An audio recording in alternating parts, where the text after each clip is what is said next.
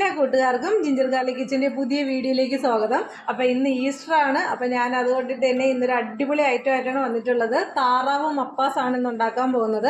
അപ്പോൾ അതിന് വേണ്ടിയിട്ട് ഒരു താറാവാണ് കേട്ടോ ഇത്. അപ്പോൾ ഇതിൻ്റെ വെയിറ്റ് ഞാൻ നോക്കിയപ്പോഴത്തേക്ക് 1.25 കിലോയാണ് ഇതിൻ്റെ വെയിറ്റ് വരുന്നത്.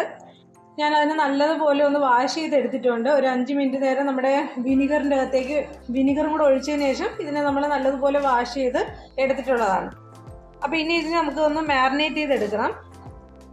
അപ്പോൾ അതിന് വേണ്ടിയിട്ട് നമ്മൾ കുറച്ച് കാര്യങ്ങളൊന്ന് അരച്ചെടുക്കേണ്ടതായിട്ടുണ്ട്. അപ്പോൾ അതിന് വേണ്ടിയിട്ട് ഞാനിവിടെ 1 ടേബിൾ സ്പൂൺ അളവിൽ കുരുമുളക് എടുത്തിട്ടുണ്ട്. ഒരു ഇച്ചിരി വലിയ പീസ് ഇഞ്ചിയും പിന്നെ ഒരു 7 വെളുത്തുള്ളിയും കൂടെയാണ്. 7 അല്ലി വെളുത്തുള്ളിയാണ്. പിന്നെ ഇതൊരു 7 പച്ചമുളകാണ് കേട്ടോ. അപ്പോൾ അതിനൊന്ന് നമുക്കിങ്ങനെ ഒന്ന് കട്ട് ചെയ്തിട്ട് ഇട്ട് കൊടുക്കാം.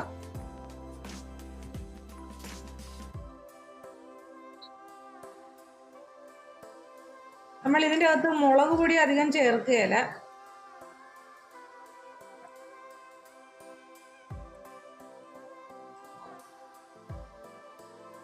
ഇത് നമുക്കിതിനെ ഒന്ന് അരച്ചെടുത്തിട്ട് വരാവേ. അപ്പോൾ ഇവിടെ ഞാനിതിവിടെ അരച്ചെടുത്ത് കൊണ്ടുവന്നിട്ടുണ്ട്. ഇനി നമ്മൾ ഇതിൻ്റെ അകത്തേക്ക് ഇട്ട് കൊടുക്കുവാണ്. നമ്മളൊരു സമയം ഉണ്ടെന്നുണ്ടെങ്കിൽ ഒരു 30 മിനിറ്റ് നേരമെങ്കിലും ഇതിനൊന്ന് മാരിനേറ്റ് ചെയ്ത് വെക്കണം കേട്ടോ. അപ്പോഴത്തേക്ക് അത് ആ കുരുമുളകും പച്ചമുളകിൻ്റെ ഇഞ്ചിയുടെയൊക്കെ ഒരു ഇത് അതിലേക്ക് നല്ലതുപോലെ പിടിച്ച് കിട്ടും.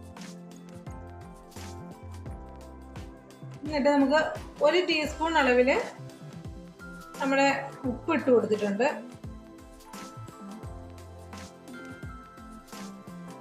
ഒരു 1/4 ടീസ്പൂൺ അളവിൽ മഞ്ഞൾപ്പൊടിയും കൂടി ഇട്ട് കൊടുക്കാം. അതിന് ശേഷം നല്ലതുപോലെ നമ്മുടെ താറാവിൻ്റെ ഇതിലേക്ക് ഈ അരപ്പെല്ലാം ഒന്ന് തിരുമ്മി പിടിപ്പിച്ചു കൊടുക്കാം.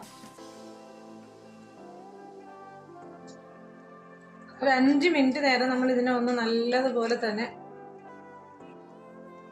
എല്ലായിടത്തും ഒന്ന് ആ അരപ്പിൻ്റെ ഇതെല്ലാം ആക്കി കൊടുക്കാം.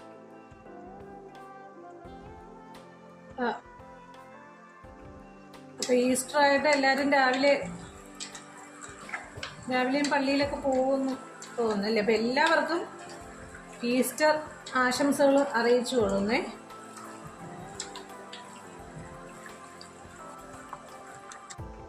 ഓക്കെ, നമുക്കിതിനെ ഒരു 30 മിനിറ്റ് നേരം റെസ്റ്റ് ചെയ്യാനായിട്ട് മാറ്റി വയ്ക്കാം കേട്ടോ.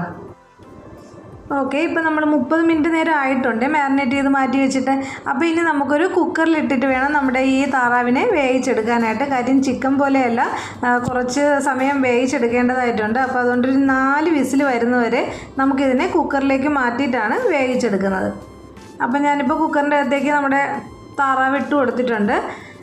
ഇനി നമ്മളിതിൻ്റെ അകത്തേക്ക് ഒരു വലിയ കഷ്ണം, അതായത് ഒരു വലിയ കഷ്ണമല്ല, ഒരു വലിയ ഉരുളക്കിഴങ്ങിനെ ഞാൻ പീസായിട്ട് കട്ട് ചെയ്തെടുത്തിട്ടുള്ളതാണ്. അപ്പോൾ അതും കൂടെ ഇട്ട് കൊടുക്കാം. ഇനി ഇതിലേക്ക് ഒരല്പം മാത്രം വെള്ളത്തിൻ്റെ ആവശ്യമുണ്ട്.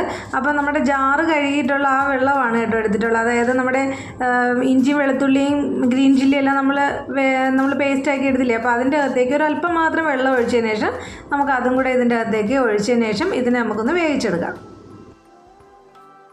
അപ്പോൾ നമ്മൾ നമ്മുടെ ഇത് താറാവ് വേവിച്ച് വെച്ചിട്ടുണ്ട്. ഒരു പാൻ ചൂടാകാനായിട്ട് വെച്ചിട്ടുണ്ടായി. അപ്പോൾ അതിൻ്റെ അകത്തേക്ക് ഒരു 1/4 കപ്പ് അളവിൽ വെളിച്ചെണ്ണയാണ് ഒഴിച്ചു കൊടുക്കുന്നത്. അപ്പോൾ നാടൻ ഫുഡൊക്കെ ഉണ്ടാക്കുമ്പോഴത്തേക്ക് നാടൻ ടേസ്റ്റ് കിട്ടാൻ വേണ്ടിയിട്ട് നമ്മൾ വെളിച്ചെണ്ണയാണ് യൂസ് ചെയ്യാറുള്ളത്. ഇനി നമ്മൾ ഇതിൻ്റെ അകത്തേക്ക് ഒരു 250 ചെറിയ ഉള്ളി,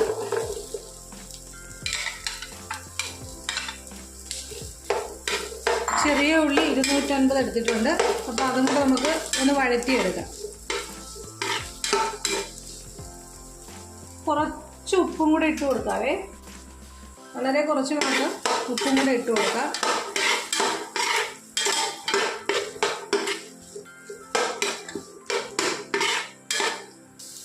ചെറിയ ഉള്ളി ക്ലീൻ ചെയ്തെടുക്കുക ഇച്ചിരി പ്രയാസമാണെങ്കിലും നമുക്ക് ചെറിയ ഉള്ളി വെച്ചിട്ട് ചെയ്യുമ്പോഴാണ് ഈ കറിക്ക് നല്ലൊരു ടേസ്റ്റ് കിട്ടുന്നത് കേട്ടോ. അപ്പോൾ എല്ലാവരും ചെറിയ ഉള്ളി തന്നെ എടുക്കാനായിട്ട് നോക്കുക. അല്ലെങ്കിൽ സവാള എടുത്താലും കുഴപ്പമില്ല, പക്ഷെ കുറച്ചുകൂടി ടേസ്റ്റ് എപ്പോഴും ചെറിയ ഉള്ളിയിൽ ചെയ്യുമ്പോഴാണല്ലോ. അതുകൊണ്ടാണ് ഞാൻ അങ്ങനെ എടുത്തിട്ടുള്ളത്.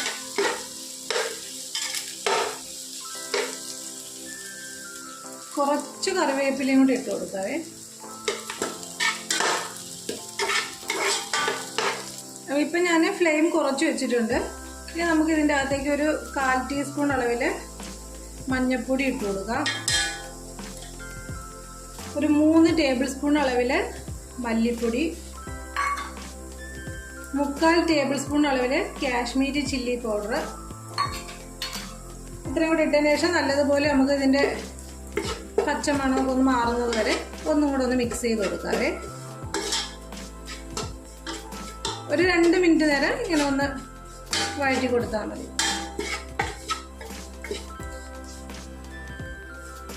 ഇനി നമുക്ക് ഇതിൻ്റെ അകത്തേക്ക് നമ്മൾ വേവിച്ച് വെച്ചിട്ടുള്ള താറാവും ഉരുളക്കിഴങ്ങിൻ്റെ ആ മിക്സ് ഇല്ലേ, അതിട്ട് കൊടുക്കാവേ.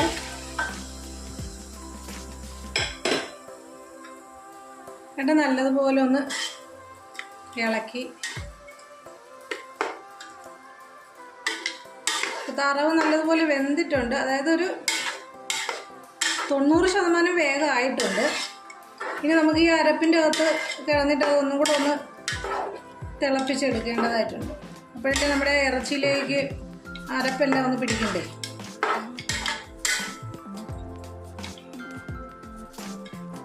അപ്പം നമുക്ക് കുറച്ച് നേരം ഒന്ന് മൂടി വെച്ച് വേവിക്കാം. ഒരു മീഡിയം ഫ്ലെയിമിൽ ഇട്ടിട്ടാണ് വേവിക്കുന്നത്. അപ്പോൾ ഇപ്പോൾ ഏകദേശം ഒരു 5 മിനിറ്റ് ആയിട്ടുണ്ട്.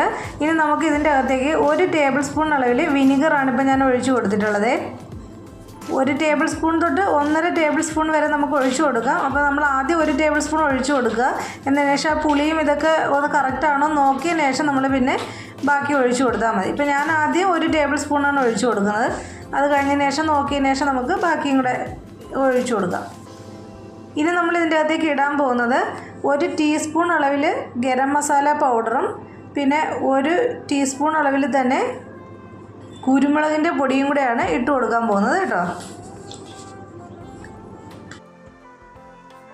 അപ്പോൾ ഇപ്പം നമ്മൾ പൊടി ഇട്ട് കൊടുത്തിട്ടുണ്ട്. ഇനി നമ്മൾ ഒന്നും കൂടെ ഒന്ന് നല്ലതുപോലെ ഇതിനെ ഒന്ന് ഇളക്കിയെടുക്കുക. അപ്പോൾ ഈ എണ്ണ എന്ന് പറയുന്നത് നമ്മുടെ താറാവ് ഇച്ചിരി നെയ്യുള്ളതാണല്ലോ, അപ്പോൾ അതുകൊണ്ടിട്ടാണ്, അല്ലാതെ നമ്മുടെ ഓയിൽ കൂടുതലായിട്ട് ഒഴിച്ചിട്ടല്ല. താറാവിൽ നിന്നുള്ള ആ നെയ്യ് ഉരുകി ഇങ്ങനെ വരുന്നതിൻ്റെയാണ് ആ എണ്ണ ഇങ്ങനെ തെളിഞ്ഞ് കാണുന്നത് കേട്ടോ. അടുത്ത നമ്മുടെ പരിപാടി എന്ന് പറഞ്ഞാൽ നമ്മൾ തേങ്ങയുടെ 2ാം പാൽ എടുത്ത് വെച്ചിട്ടുണ്ട്. അപ്പോൾ അത് നമ്മൾ ഇതിൻ്റെ അകത്തേക്ക് ഒഴിച്ചു കൊടുക്കുവാണ്. ഇനി ഈ തേങ്ങാപ്പാലിൽ കിടന്നിട്ട് നമ്മുടെ ഈ താറാവ് നല്ലതുപോലെ ഒന്ന് വേവിച്ചെടുക്കണം. അപ്പോൾ അതിന് വേണ്ടിയിട്ട് നമ്മൾ ഫ്ലെയിം കുറച്ച് കൊടുക്കുക. അതായത് ഒരു മീഡിയം ഫ്ലെയിമിൽ ഇട്ടതിന് ശേഷം ഒരു 3-4 മിനിറ്റ് നേരം ഒന്ന് അതിൻ്റെ അകത്ത് ആ തേങ്ങാപ്പാലിൽ കിടന്നിട്ട് നല്ലതുപോലെ ഒന്നും കൂടെ ഒന്ന് സെറ്റായി വരേണ്ടതായിട്ടുണ്ട്. അപ്പോൾ നമ്മുടെ താറാവ് നമ്മുടെ 2ാം പാലിൽ കിടന്ന് നല്ല സെറ്റായി വന്നിട്ടുണ്ട്.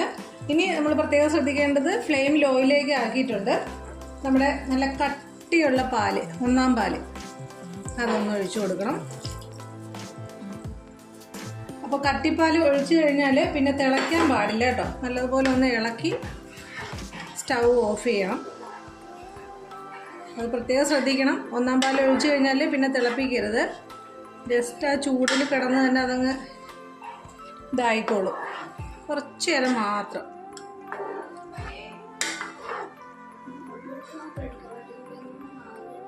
അപ്പോൾ ഇതേ നമ്മുടെ സ്റ്റൗ ഓഫ് ചെയ്ത് കൊടുക്കാം. നമ്മുടെ 1ാം പാലും ഒക്കെ ഒഴിച്ചല്ലോ, ഇനി നമുക്ക് അതുകൊണ്ട് ഓഫ് ചെയ്യാം. ഇനിയിപ്പോൾ നമ്മുടെ കറിയുടെ അവസാന പരിപാടിയാണ്. അല്പം വെളിച്ചെണ്ണ ഒഴിച്ചു കൊടുക്കുക. നമ്മുടെ താളിച്ചൊഴിക്കാൻ പോവുകയാണ്. ഒരു 2 ടേബിൾ സ്പൂൺ അളവിലൊക്കെ ഉണ്ടാവും. പിന്നെ 1 ടേബിൾ സ്പൂൺ അളവിൽ കടുക് ഇട്ട് കൊടുക്കുക. അപ്പോൾ കടുക് ഒന്ന് പൊട്ടി വരട്ടെ.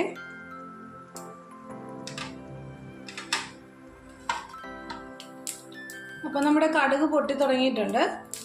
നമുക്ക് കറിവേപ്പിലയും കൂടി ഇട്ട് കൊടുക്കാം.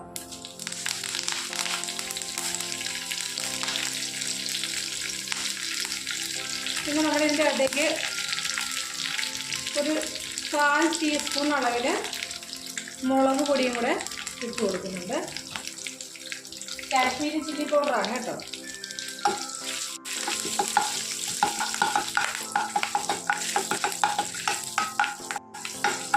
കടുകെല്ലാം പൊട്ടിയിട്ടുണ്ട്. നമുക്ക് സ്റ്റൗ ഓഫ് ചെയ്ത് കൊടുക്കാം. അപ്പോൾ നമ്മൾ താളിച്ചെടുത്തതും കൂടി ഇതിൻ്റെ അകത്തേക്ക് ഒഴിച്ചു കൊടുക്കാം.